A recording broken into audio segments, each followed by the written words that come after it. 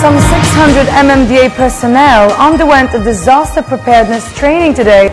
MMDA Chairman Francis Tolentino personally led the earthquake disaster prevention and mitigation, the first in a series of such exercises.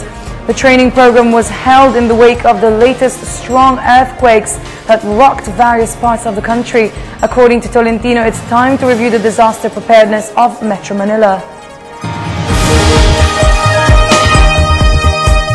Yung after nung summer quake, after nung Central Indonesian quake, at tapos din kahapon ng Costa Rican quake, siguro panahon lang na itaas natin yung kamalayan ng ating mga kababayan sa peligrong pwedeng idulot ng paglindol. Kaya yung Oplan Metro Yacal, gusto natin ma-upgrade pa. Yung last rehearsal nito, April 2012 pa nung Balikatan.